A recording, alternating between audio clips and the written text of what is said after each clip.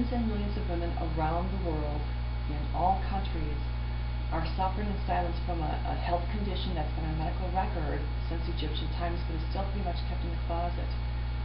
Women are experiencing urinary and fecal leakage, they're experiencing pain with intercourse, they're experiencing chronic constipation, tissues bulging out of their vaginas, symptoms that are pretty much not discussed, and I think we do need to discuss them.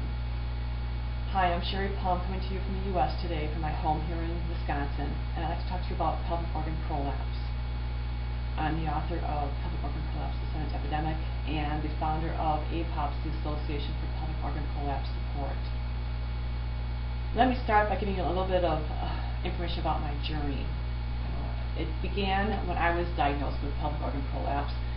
I've been doing health research for 25 plus years. My best friend's my healthcare practitioner, and we talk medical all the time. So when I noticed tissues bulging from my vagina and I didn't know what that meant, I contacted my buddy and she said, come on in, we'll do a pelvic exam. And she said I had pelvic organ prolapse, and my reaction was, what?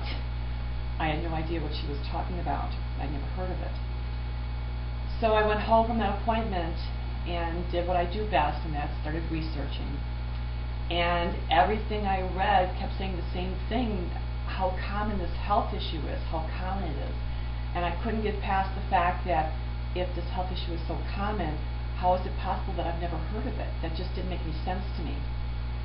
So I knew very shortly after my diagnosis that I had to write a book to get information out into the hands of all women.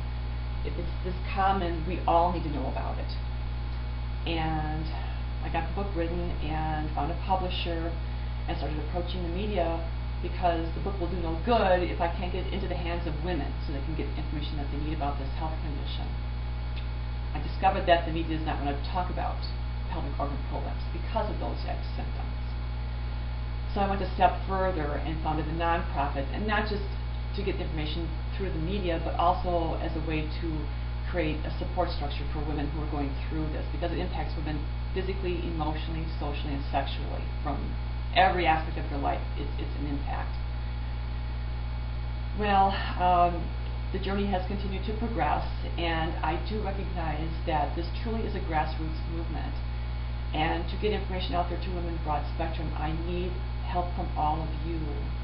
We're a big club of women, and we network so well, and we're so good at nurturing and guiding and supporting each other, and that's what needs to be done with this health issue, so that when we experience it ourselves, if we all share the information that we gain from our own experience with other women, with our sisters and our cousins and our friends and women we work with and our neighbors, if we keep spreading the word, what will happen is what always happens with grassroots movements.